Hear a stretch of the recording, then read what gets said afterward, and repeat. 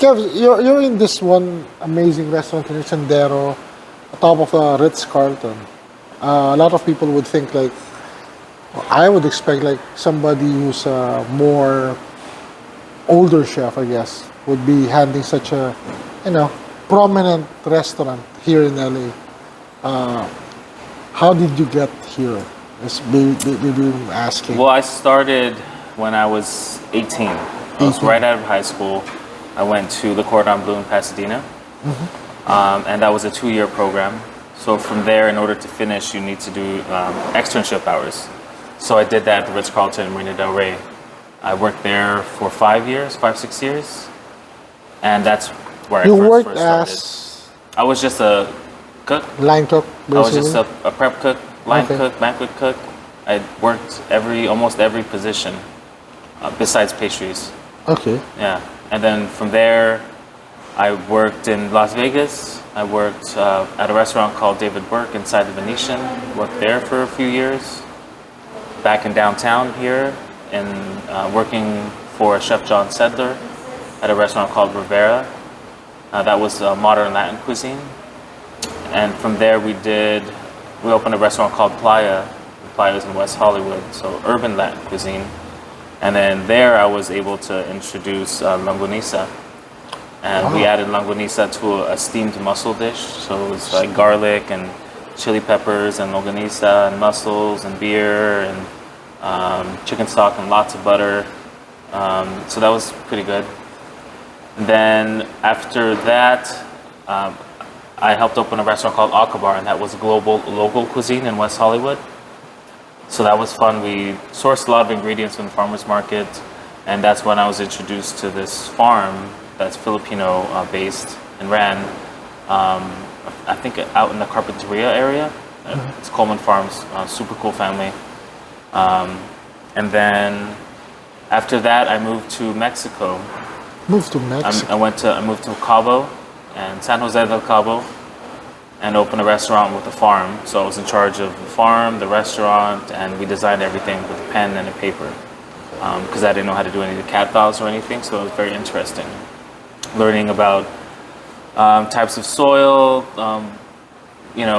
row spacing, plant spacing, what to plant after you plant something, just to refertilize the soil. So I learned a lot about farming, which was amazing. I learned a lot about the Latino culture as well. And over there, we introduced, our breakfast fried rice with the longanisa and the fried egg. So we served that as part for breakfast, and a little vinegar on the side too. And then after that, I moved back here and helped open this restaurant, Sendero, the Ritz-Carlton. So back at the Ritz-Carlton again, 2022. Okay. And here we do Latin cuisine, so following the Pan-American Highway. So imagine if you were going to take a plane from Mexico all the way down to Argentina, we hit a lot of those countries. Oh. And, we try to highlight a lot of their special dishes. Okay. So I started very young, 18 years old, right? It has always been your dream to become a chef, or did you just fall into it? Well, I really enjoyed the kitchen and also, eating. And part of my major influences was my grandmother in the Philippines. So my family is from Laguna. My mom is from Santa Cruz, and my dad is from like Lilu or Mohon. And my grandma was the person that was, she was the chef of the house or the family. So And- parties, celebrations. Yes, Sure, always- my aunts also cooked very well too. course. My dad was a good cook too. What did they used to cook at the time? What dishes do you remember? Oh, we used to really love the sinigang na hipon. Oh, so And then also just the classic chicken adobo. And then also vegetables. My grandma always would go, she was a very old lady and still made time to go to the palenque to get all the fresh vegetables. So I really enjoyed eating vegetables at my grandma's house because it was very fresh. It was straight from the farm. And then also we used to go to the Philippines like every year. So that's why I'm very familiar with the Philippines. And I would, almost every day I'd go to the palenque and just get stuff there. I found it awesome to work with these fresh vegetables.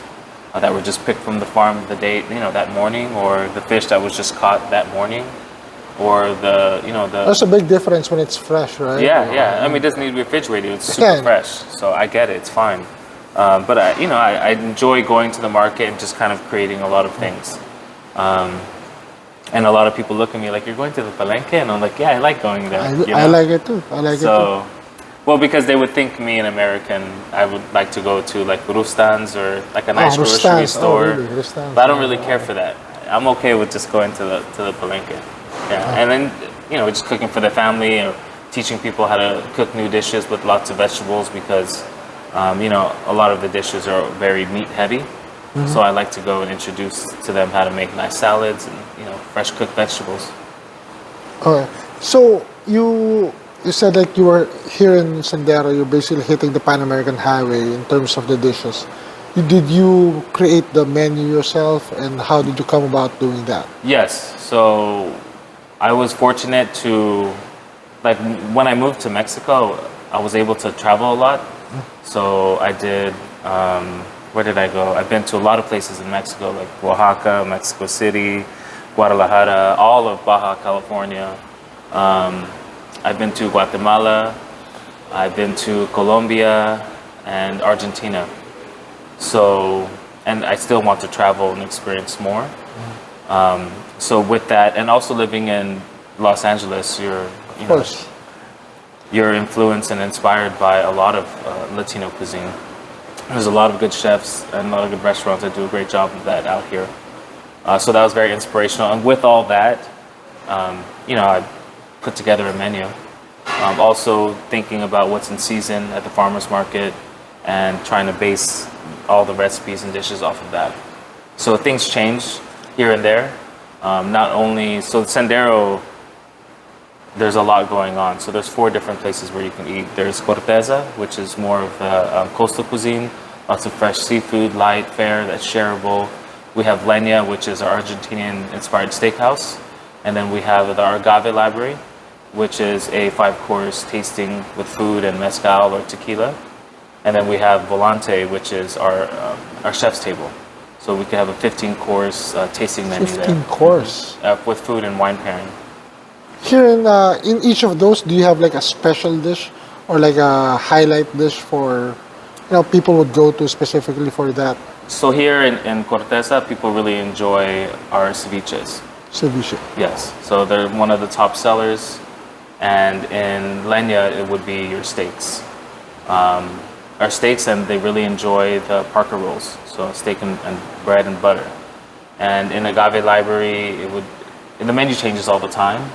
So, it would be, for example, you could have like empanadas to arepas to a ceviche, but all paired and matched with either tequila or mezcal. Oh. And then in Volante, it's a 15-course tasting, so there's a lot of food. It's hard for people to remember or to try to think of which is the best dish because they're all kind of really good. So, Okay. Well, you've traveled a lot, and I guess you learned a lot of the cuisine and maybe techniques also in cooking from traveling all over, I guess, North America, Mexico, California, I guess you said Guadalajara and Guatemala, right? Would you say though that you had a mentor? Would you say that would you say that you had a specific mentor in terms of getting you here to where you are now? That's a really good question. That's a good question. My mentor would be my mother and father, because my mom, she moved from Philippines to here not knowing anybody. This was during the baby boomer stage where they were where the United States needed a lot of nurses. So she moved on her own to West Virginia. And then from there, she flew out my dad from Philippines to live with her in New Jersey. And then from New Jersey, they worked in New York, and then from there, they moved to Los Angeles. And then from there, they had my brother and I. So I work a lot, and there's goals that I reach, and when I reach those goals, there's bigger goals that I want to reach, and it's because, it's important that I remind myself that my parents moved out here to the United States to have a better life for themselves, but also for their children. So it's super important for me to make sure that I'm always trying to be the best version of myself. Oh, that's good. That's good. Yeah. Our parents really inspire a lot of children are inspired by their parents. I'm sure you've had your ups and downs. What would you say is a highlight of your career so far? Highlight of my career. So far, at least. This restaurant is a big challenge here.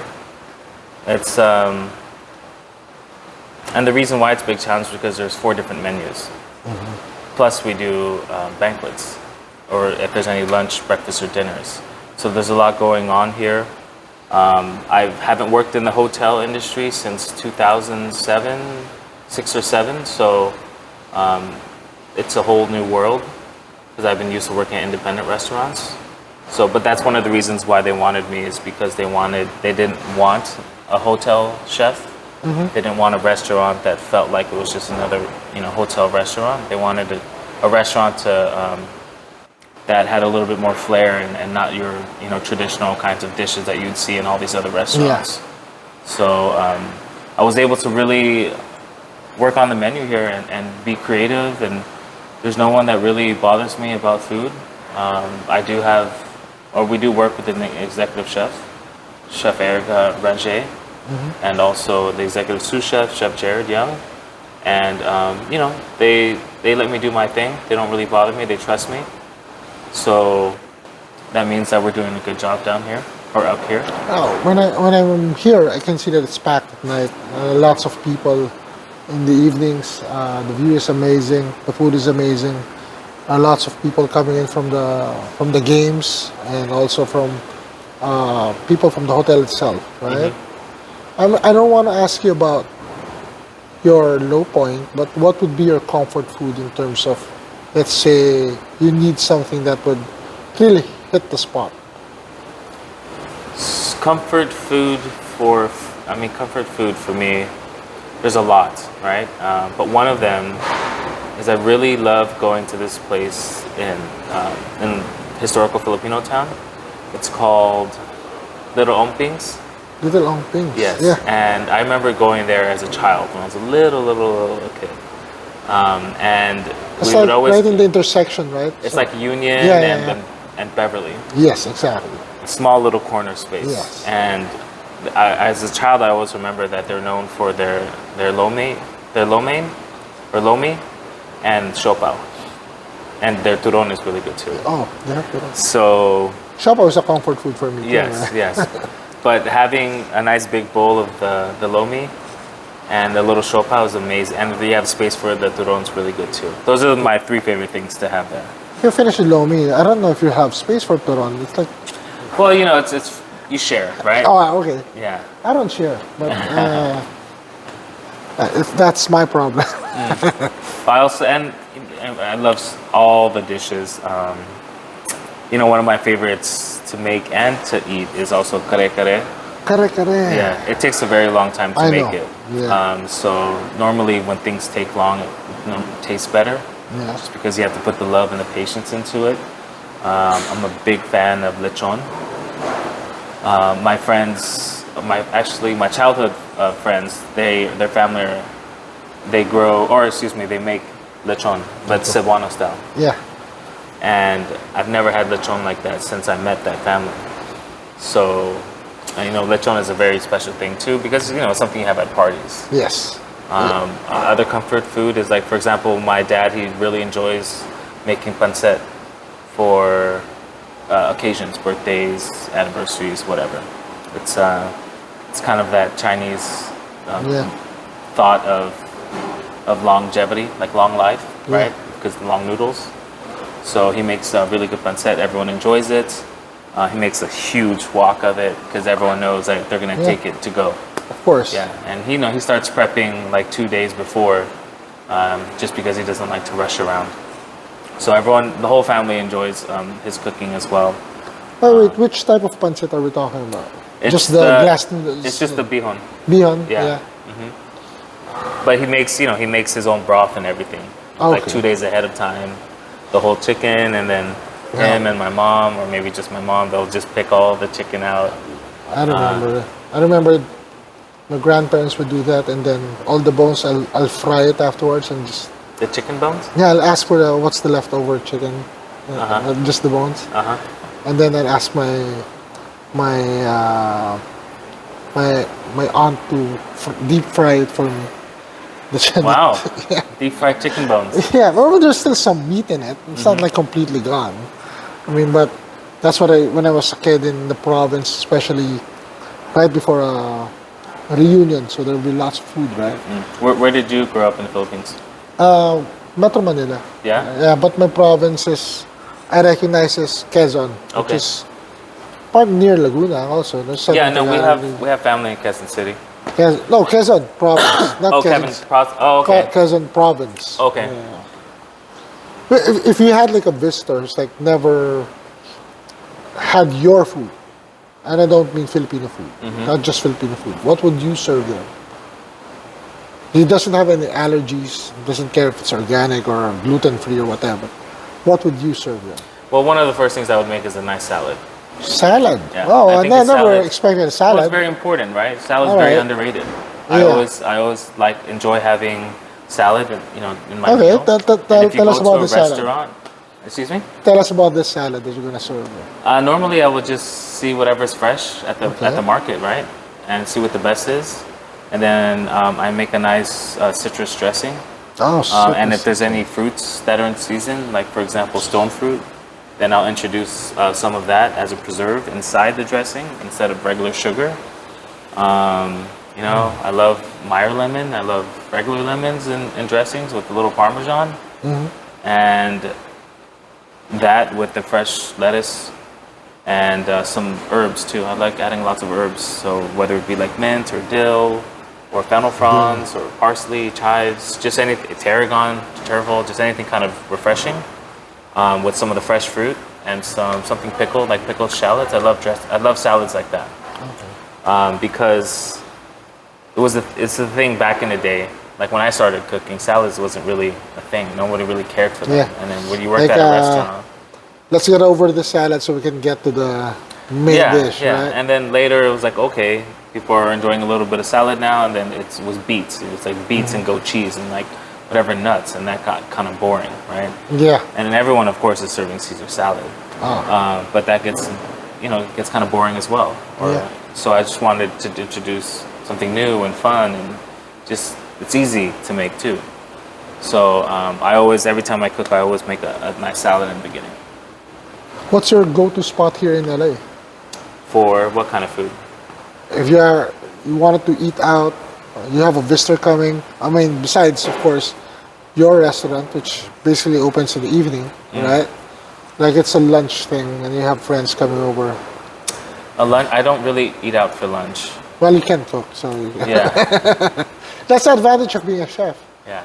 Well, actually, if I do have lunch, like most of the times when I would have lunch, it would be in Malibu, because on Sundays I'd like to go on hikes, and there's a place called Malibu Seafood in Malibu, and I like going hikes. yeah, so they're known for a lot of their, they have really good lobster rolls or grilled fish or fried fish and French fries, and I would get that, and then we would eat it at the beach. So that's a very special thing. But for dinner, some of my favorite restaurants right now, I really enjoy the restaurant Dunsmore. Dunsmore. Yes, it's in Eagle Rock. I think that the whole team does a great job. It's a chef-driven restaurant. It's for the neighborhood. I think that there needs to be more restaurants like that. So that's your go-to spot. For right now, yeah? yes. Right now. So I wanted to ask you something with regards to Filipino food. If you go around, you can see a lot of Thai, Indian food, Chinese, of course. What makes you think? What is stopping Filipino food from getting more mainstream? There needs to be more Filipino restaurants, Yeah. but not only just more, but more with good quality, Good call. right? Because you can just have hundreds of Filipino restaurants, but if they're not great or they don't taste good, then it's not going to leave a good taste in people's mouths. It's not going to make them want it more. Okay.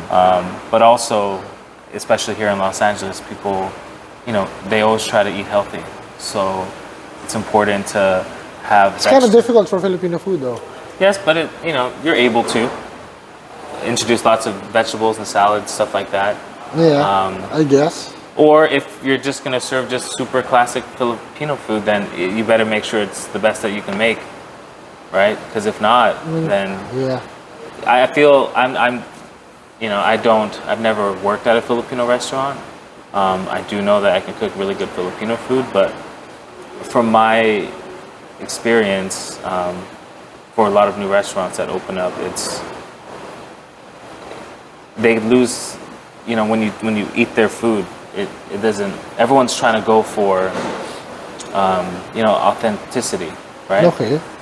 And some people, they go a little off the books, which is okay. But I think at the end of the day, what's more important and like what Filipino food is like it's soul food, right? Yeah. It's heavy, or there's some light dishes, but I think that it should taste like how grandma made it.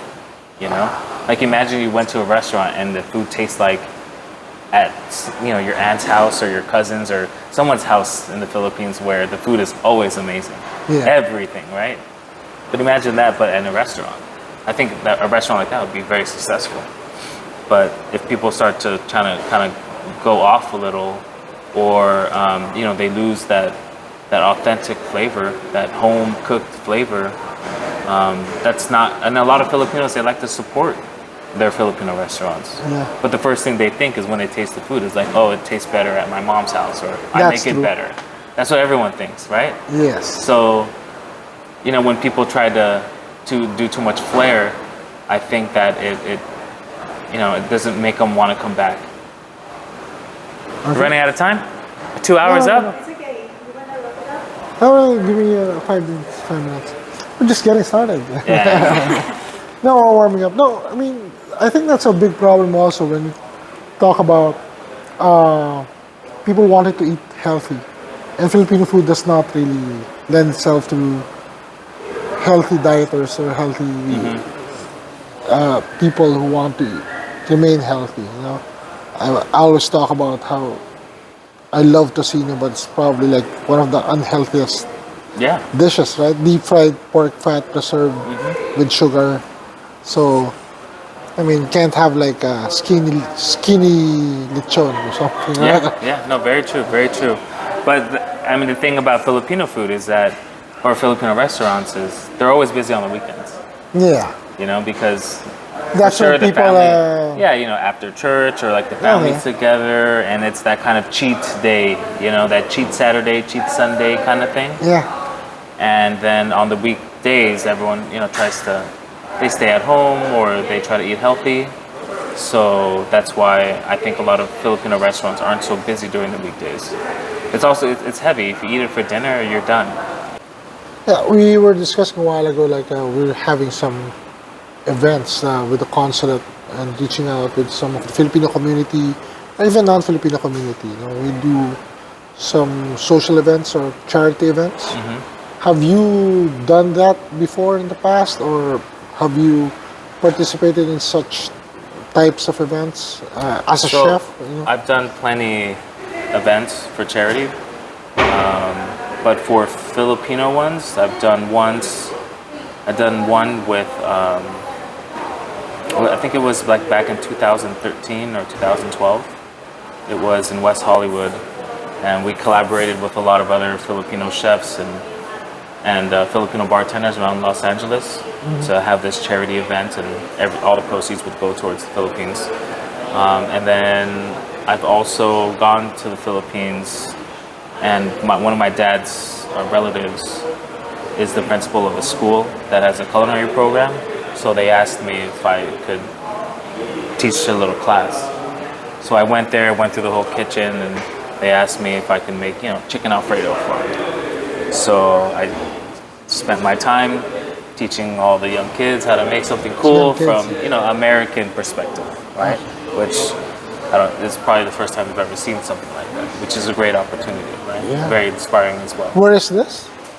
This was somewhere in Laguna, I forget. Laguna, Yeah, okay. I think it was called Holy Family Holy Family. in Laguna somewhere, I think, yeah. Okay. So, but upcoming events that I have scheduled is we do Taste of the Nation. That's a No Kid Hungry event. Oh, So that's going to be on May 5th. So I'll be representing with Sendero. where's this event? That's in Culver City. Culver City. Okay, not Yes. far. Yeah. Anybody can come to that event? Who's Yeah, so it's, like it's a strict- public event. You just public have to event. buy tickets. Okay. And of course, all proceeds go towards No Kid Hungry.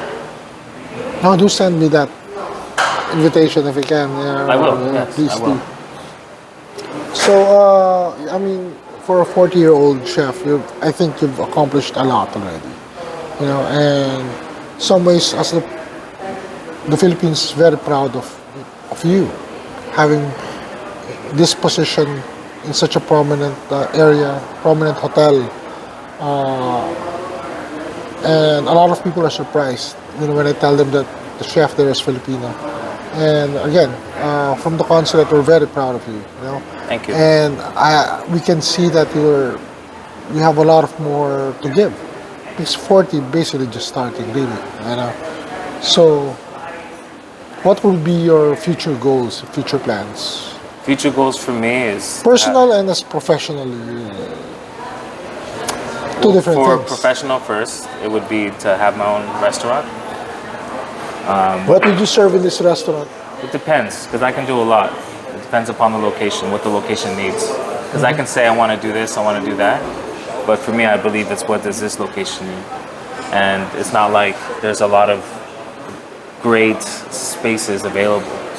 And as soon as something opens up, people want to take it very fast, right? Yeah. So it's So this is like an immediate plan. Like you're really looking already for one, or no? in a few years. In a few years. Yes. I like to stay a few years at restaurants because we just started this restaurant here in Yeah. 2022 and we're about to launch Palante in a month. So I'm not just going to up and leave right away. I need to make sure that before I leave anywhere that it's running the way it needs to run, respectfully, right? Of course. But yes, my goal is to have something of my own as a chef owner. And then I wouldn't be opposed to living in another country as well Okay. and opening up something there too. Where would that be? What do you think? I've grown Europe, very fond of Mexico. Mexico. So I have lots of really beautiful, amazing friends down in San Jose del Cabo. And I love it down there. So that could be an option as well. Yeah, that's it. All right. Thanks. Yeah? Thank you. Okay. Thank you.